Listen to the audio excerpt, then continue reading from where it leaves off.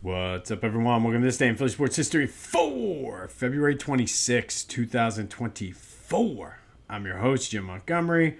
Welcome to a Monday edition, kind of Philly sports feeling on a Monday. Let's start with a recap of yesterday's question of the day. I asked, should Doc have a ovation or should he be booed? Without a doubt, 100% of you said he should be booed. It's our second straight 100% vote. But that's exactly what happened. If you were at the game, watching it on TV, or just saw a clip of the video, the Philly faithful let him have it. Unfortunately, that was about the extent of the good times for the Sixers yesterday, losing 119-98. I guess you could say Doc got his revenge. They just weren't really in this game at all. I don't know if it was because of the back-to-back, 3 games in 4 days, or what it was, but they just were flat. And I really didn't watch much of it because I was flipping between that and the Phillies. Was doing some work outside because it was so nice, but just a brutal loss for the Sixers, who are now they're currently in the 5 seed, but they're only 1 game up on 6th, which are actually, I think they're a game up on 6th and a game and a half up on 7th, which would be the play-in tournament. They're definitely in trouble. I mean, they've lost 11 of 15, and we just don't know what's going to happen with Joe. They've not been good since he's been out, and depending on who you talk to, there's a lot of rumors that they're not really focused on this year. It was always all about next year, something that Pat Bev said, but I don't know. It's not a good time for the Sixers. 11 of 15, but we'll see what happens. I mean, we should be hearing an update on Joe soon. I mean, it's close to that month timeline, and I think until then, like, to have what our expectations should be, or we're kind of in limbo there. So we should know soon, but until then, it's just they need to get out of this free fall and put a couple wins together. I mean, and they're playing the better teams in the East right now too, which I just wish you had Joe for some of these games, especially against Doc. But we'll see what happens as the week progresses. Be sure to check out Back to the Future. I sat down last week with Brian Michael, the producer of A League Apart. It's an exhibit down at Camden County College. Talks about the legacy of the Negro Leagues and just what those barrier breakers have done, and just amazing the rich legacy of the Negro Leagues. And if you still read the paper, whether the physical copy or online, there was a good article in the Inquirer today about the Hilldale Daisies, which are prominently featured in the interview and the exhibit. I definitely highly recommend reading that. It was a good read. Just goes into a lot more detail than what we have on this podcast, but just one of the teams that you probably didn't even know existed. So check out the interview with Brian on Back to the Future with a PH, wherever you get your podcast, as well as on YouTube. And if you're interested, they are having a sort of meet and greet roundtable type thing on Wednesday at Camden County College. I will be in attendance, so if you're coming down, let me know. But I highly recommend it if you have any sort of interest in Philadelphia sports, Philadelphia history, or Negro League history, because it's a rich history. So hopefully I will see you there on Wednesday. Speaking of history, starting next month, which is hard to believe, March is already on Friday. We're going to dive into Women's History Month and take a look at a list of women who have made an impact on the area in their respective field, as far as moving forward women's sports. So stay tuned for that in March. But for now, it's February, and we're finishing up our Black History Spotlight. More on that in a bit. Flyers also lost a tough one. That game was a fun game, though. I mean, they got down 2 goals twice, battled back, ended up losing to the Penguins 7-6. But what a game. It was entertaining, and they were coming off that hard-fought loss against the Rangers the day before. Got caught maybe against their cross-state rivals. But 7-6, they showed some fight, and all of these things are good for a young team as they're learning how to play, how to win, anything they can get. I mean, Pittsburgh's a very veteran team, so they know how to play and win this game. Flyers had another shorthanded goal, which is their power play is just phenomenal, which is great. For years, it was one of the things. They're like, can we just stop the power play? But Sidney Crosby had 4 points. That gives him 129 points in 87 games against the Flyers, 55 goals and 74 assists. Just has been a thorn in the Flyers' side since he came into the league. And that leads us to today's question of the day. Now, this is a very unscientific, these are kind of my personal people, but who is the biggest villain in Philly sports? I kind of went one from each team here, but is it Sidney Crosby? Is it Al Horford, Michael Irvin, or Chipper Jones? And I may have missed a lot of people. I tried to keep it Al Horford aside, keep it to people who play primarily for opposing teams, not necessarily like a Ben Simmons or J.D. Drew or people like that, but just opponents. Who is the biggest villain in Philly sports? And it's tough for me. It's between Crosby and Horford, to be honest. Irvin's up there, but Irvin, I kind of lost some of its vitriol I actually like him the way he is in the media. Chipper Jones, just because the Phillies I was torn on, because Ryan Braun there in the mid to late 2000s when the Phillies were good and the Brewers were good, kind of was one of those guys. I've been down at games and people used to give him the business when he was in left field. But let me know. 267-495-8531 gets you in on the voice and text line. Who is the biggest villain in Philly sports? Is it Sidney Crosby, Al Horford, Michael Irvin, or Chipper Jones? Again, I tried to keep it for opposing players, not necessarily guys that were here and left. So like Carson Wentz, no. Ben Simmons, no. They're a different type of super villain, I guess, if you will. I don't know. I was going to make a superhero reference, but I can't think of one. But who's the biggest villain? Is it Crosby, Horford, Irving, or Chipper Jones? Let me know. 267-495-8531. All right, I mentioned the Phillies. They were the bright spot yesterday. They won 4-0 over the Yankees, and I was impressed with what I saw. The pitchers looked good. Aaron Nola went 2 innings, had 3 Ks, and did not give up a hit. Phillies pitchers in general only gave up 1 hit. Now, it was a split squad game, so there wasn't the full Yankees team. However, I mean, there definitely is some things, the positives to take away. Had more of the regulars in the lineup yesterday, and they scored their 4 runs a combination way. Christian Pache hit a homer, and then they had some base hits and aggressive base running and took advantage of a Yankees error too. So I like what I saw overall. Again, it is spring training, and they're working on things. But so far, 2 games in, I'm liking what I'm seeing so far from the Phils. And I think the thing that really kind of sticks with me is they seem very focused, which is good for a team that has World Series or bust expectations. So they're back at it today, and we'll continue to update as we go. But Nola looked very sharp in his spring debut after signing the big-time contract.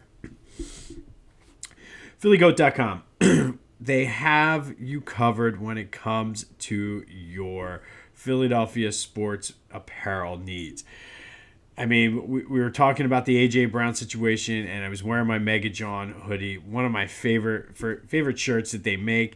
They have the opposite now. They have the Optimus Bryce, which is the play on Optimus Prime. Pick that up. It's still also not too late to get your St. Patty's stuff. They have those canvas shoes getting ready for the shore this summer.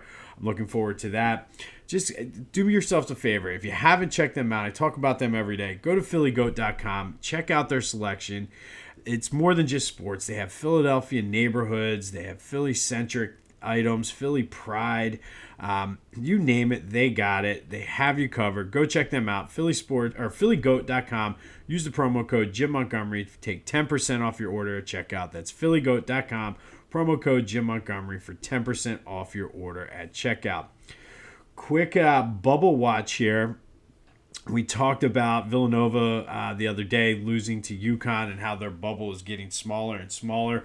We'll have more updates on them later this week as they have a big week coming up as they try to get on the other side of the bubble. But Temple's women, they took on the Rice Owls yesterday down in Texas and did win 75-66. It was their fifth straight win. They improved now to 17-10.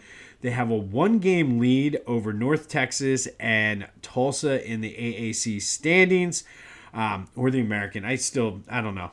When it first started, I called it the AAC, but it technically is the American Conference. But they have a one-game lead over Tulsa and North Texas, with a big game on Wednesday night down at the Liacouras Center against those Tulsa Hurricanes.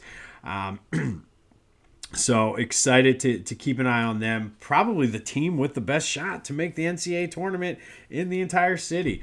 So we'll continue to keep an eye on the Temple women as well as the Villanova men. But Temple, the Lady Owls, with a 75-66 win over Rice yesterday in a battle of Owls. And they are looking good heading into a big home matchup on Wednesday against Tulsa. We'll have more updates on that on Wednesday.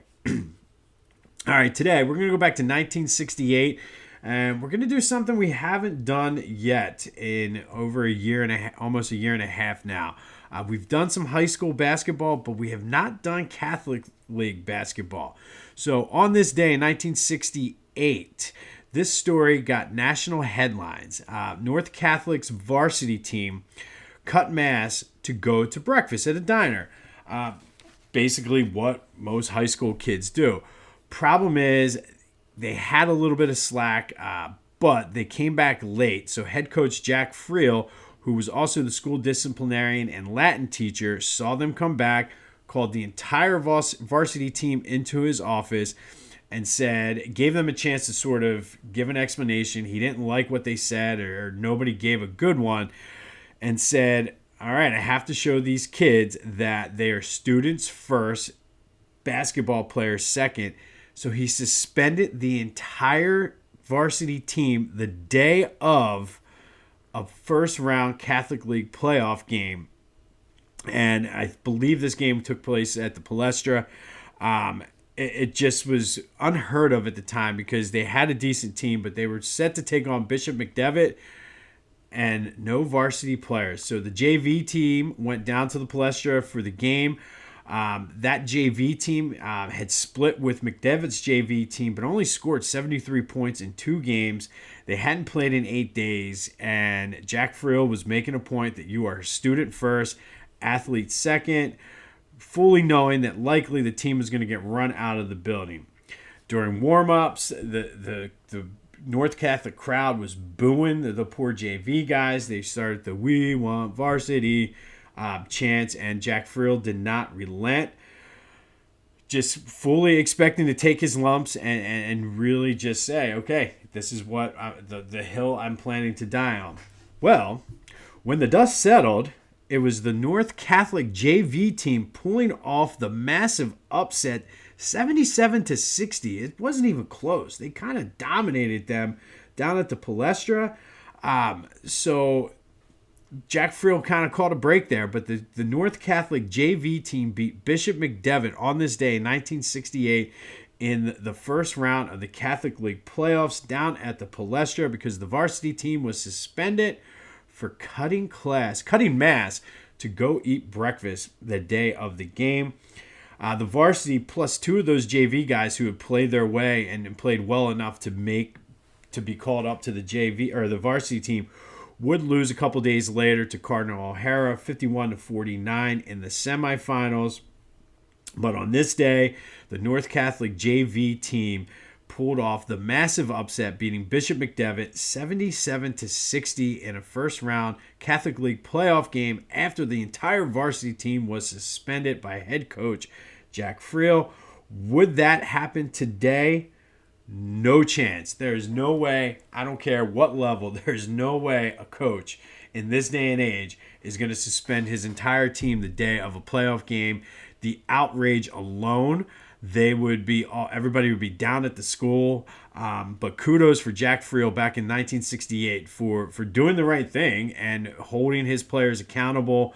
And then the JV team pulling off the massive upset and basically showing that, hey, at any given whatever day of the week it was, anything can happen. But there is no chance in my mind that this would happen today.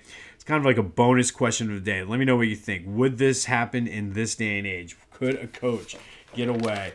A high school coach, nonetheless, could he get away with suspending the entire team the day of a playoff game? Like, I just can imagine the chaos that would ensue down at whatever school that was if this were to happen.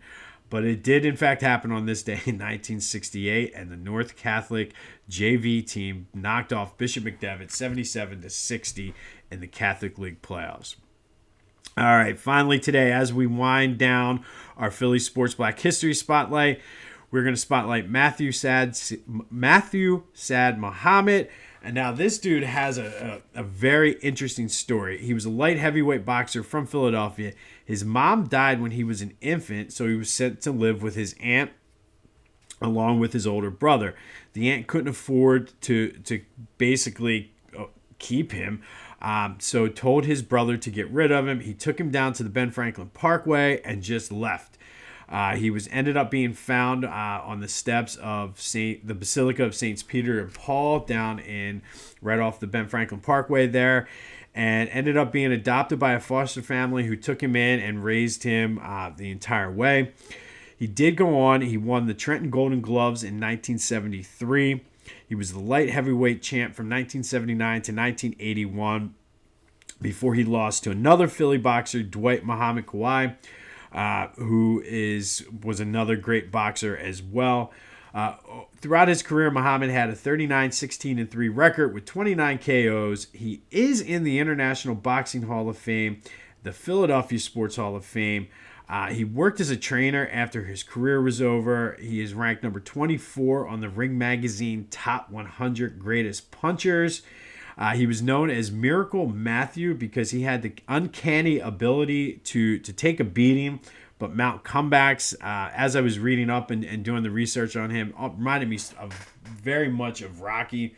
How Rocky just would take a beating and then said, "That's all you got. That's all you got." But they called him Miracle Matthew because he was able to pull off some ridiculous comebacks after taking beatings. But today's Philly Sports Black History Spotlight is Matthew Saad Muhammad, who, just based on his story alone, it would have been easy for him to fall victim and fall into negative traps. But went from being an orphan, found on the steps of St. Peter's, the Basilica of St. Peter's and Paul, to being an International Boxing Hall of Famer and former light heavyweight champion. So shout out to you, Matthew Saad Muhammad. Today's Philly Sports Black History Spotlight of the day. On this day in 1968, head coach Jack Friel suspended the entire North Catholic varsity basketball team prior to their playoff game against Bishop McDevitt.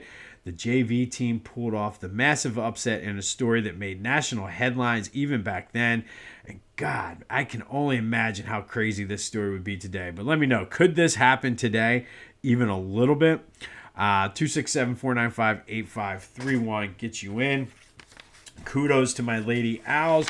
We'll be rooting for you on Wednesday night against the Hurricane. Hopefully, we can get some good news on the Joe front.